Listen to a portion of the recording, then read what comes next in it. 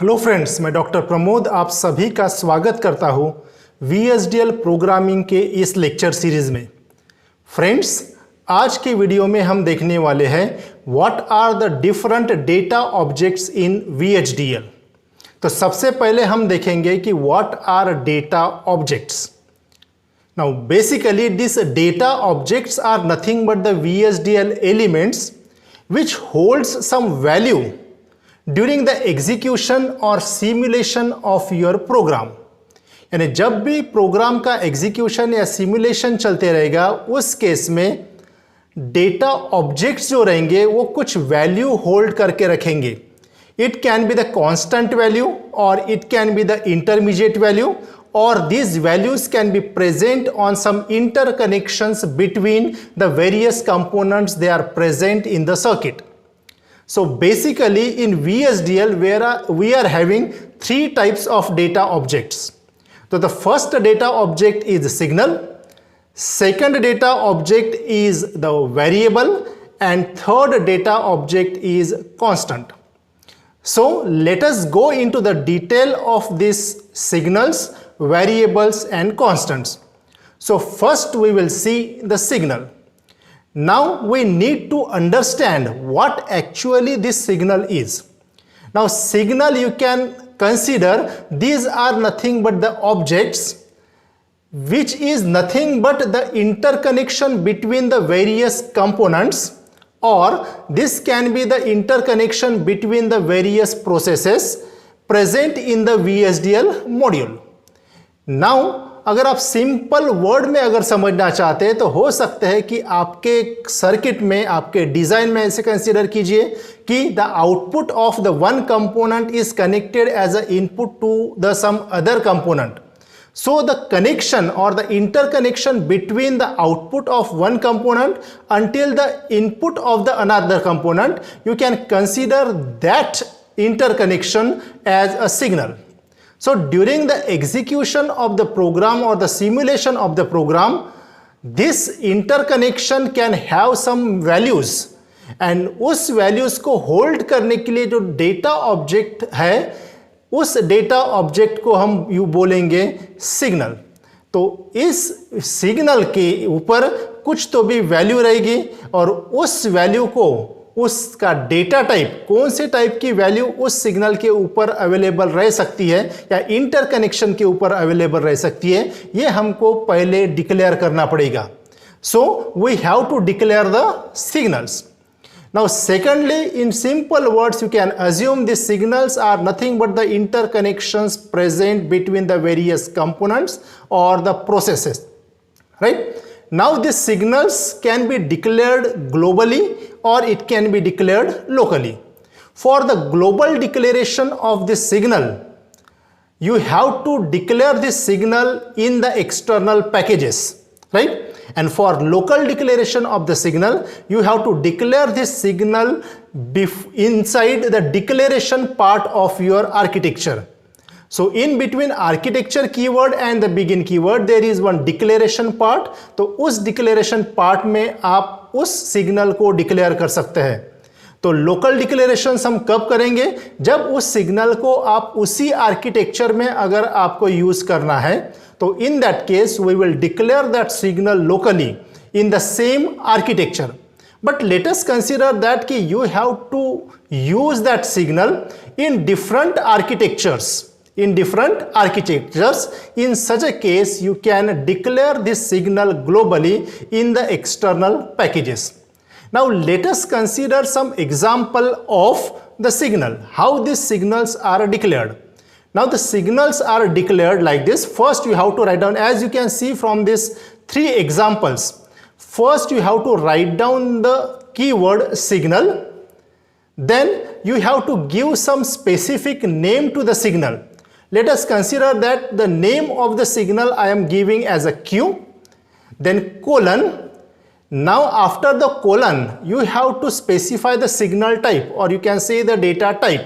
Now here in this case, let us consider that the value which will be available on the signal is either 0 or 1 or don't care or high impedance state or uninitialized like this.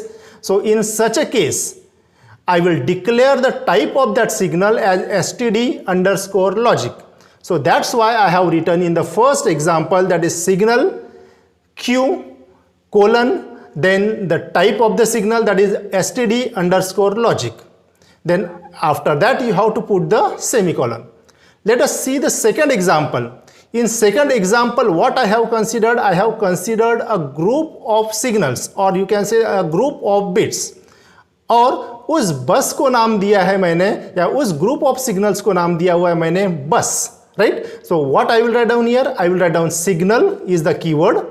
After that, I will give the name to that signal as a bus because it is a group of bits. So I will give the name as a bus, then colon, और उस बस के ऊपर मेरे 4 bits अगर आते हैं eight ए time, तो इसलिए उसका डेटा टाइप या सिग्नल टाइप जो है, उसका सिग्नल टाइप मैं डिक्लेयर करूंगा, that is std underscore logic underscore vector in bracket. I will write down 3 down to 0, then semicolon. Third example अगर आप देखते हो तो थर्ड एग्जाम्पल है हमारे पास signal, right. I will give the name of the signal as a colon. Let us consider that उस signal के ऊपर मेरी एक तो 0 वैल्यू आती है या 1 वैल्यू आती है. So that's why I will declare the signal type as a bit. Suppose sometimes we can initialise the value of the signal. अगर मुझे इनिशियली कुछ वैल्यू अगर पुट कर देना है उस सिग्नल के ऊपर, तो I will give colon equal to. Colon equal to is nothing but your assignment operator for the signal. तो कोलन इक्वल टू और सिंगल कोटेशन मार्क में दिया है मैंने 1. तो यू कैन पुट 0 और यू कैन पुट 1. तो अगर मुझे सिग्नल को इनिशियलाइज करना है 1 वैल्यू पे तो आई विल पुट 1, 0 वैल्यू पे इनिशियलाइज करना है तो मैं पुट कर दूंगा 0. अगर आपको मल्टीपल बिट्स है मेरे पास, जैसे ऊपर का सेकंड एग्जांपल अगर आप देखते हो, signal bus colon std underscore logic in bracket 3 down to 0, इसको अगर मुझे इनिशियलाइज करना है तो क्या करूंगा मैं, कोलन इक्वल टू और डबल कोटेशन मार्क में देना आपको 1010 या 1100, जो भी आपको वैल्यू इनिशियलाइज करना है, that value you can give there. Single bit अगर है तो सिंगल कोटेशन मार्क के अंदर में देना है. मल्टीपल बीट्स अगर है, मोर देन 1 बीट्स अगर है, तो you can give inside the double quotation mark, right. Now let us go for the next data object, that is nothing but the variable. Now variable is also one of the data object which can hold the value during the execution of the program. Now more specifically, these variables are used along with the sequential statements.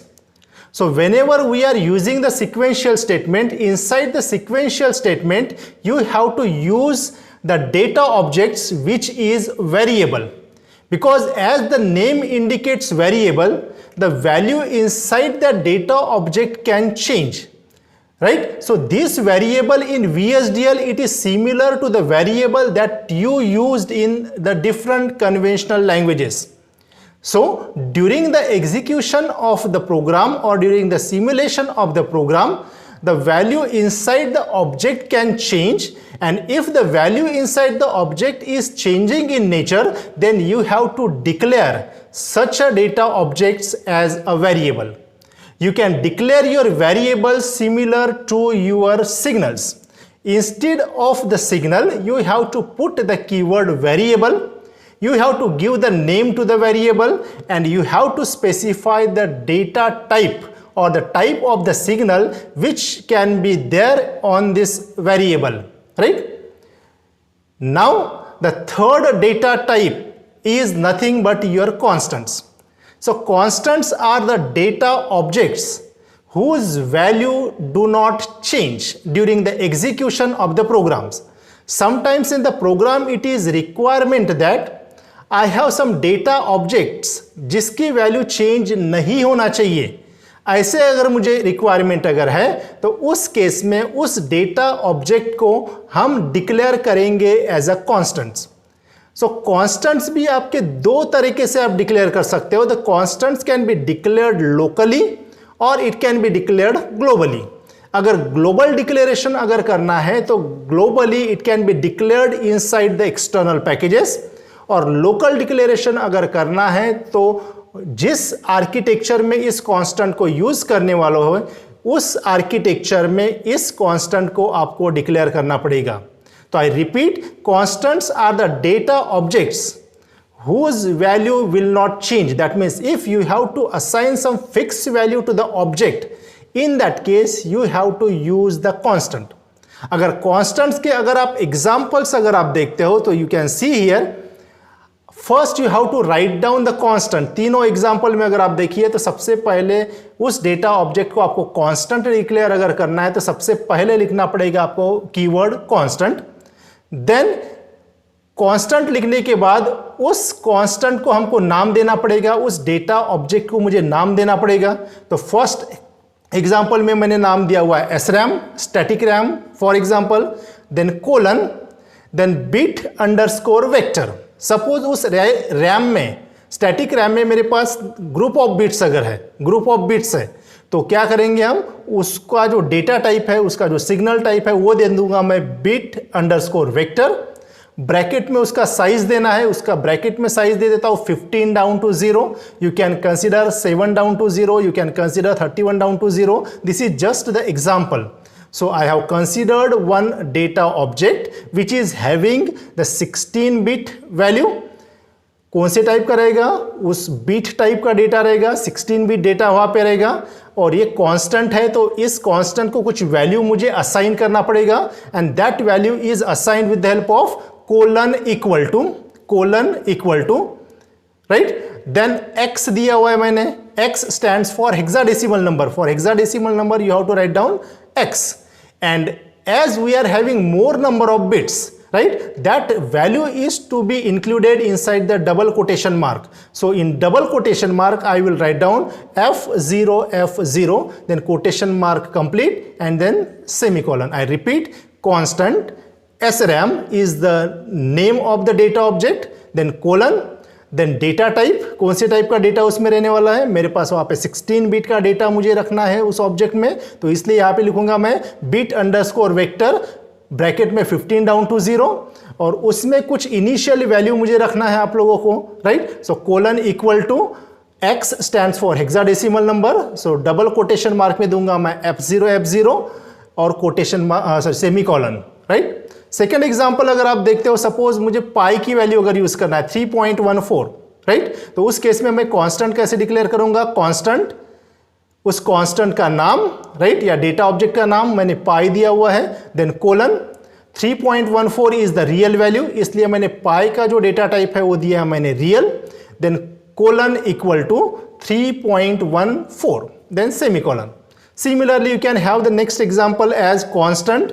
Suppose I have some data object जिसमें मुझे मेरा नाम रख देना है, तो क्या करेंगे हम, कांस्टेंट लिखूंगा, उस डेटा ऑब्जेक्ट का नाम दे दूंगा मैं नेम करके, you can give same any another name to the data object.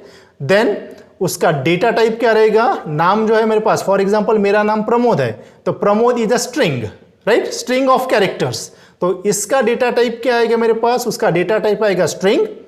Then उसको कुछ वैल्यू इनिशियलाइज करना है, क्योंकि कांस्टेंट में जब भी आप कांस्टेंट डिक्लेयर करोगे उसमें एक फिक्स वैल्यू आप लोगों को रख देनी है, राइट, तो इसलिए दूंगा मैं कोलन इक्वल टू और डबल कोटेशन मार्क में दूंगा मैं प्रमोद। इसका मतलब उस नेम नाम के डेटा ऑब्जेक्ट में मेरा प्रमोद वैल्यू रहेगा, और जब प्रोग्राम का एग्जीक्यूशन चलेगा, सिमुलेशन चलेगा, this value will not change, right. तो in this way you can declare the signals, variables and constants inside the VHDL, right?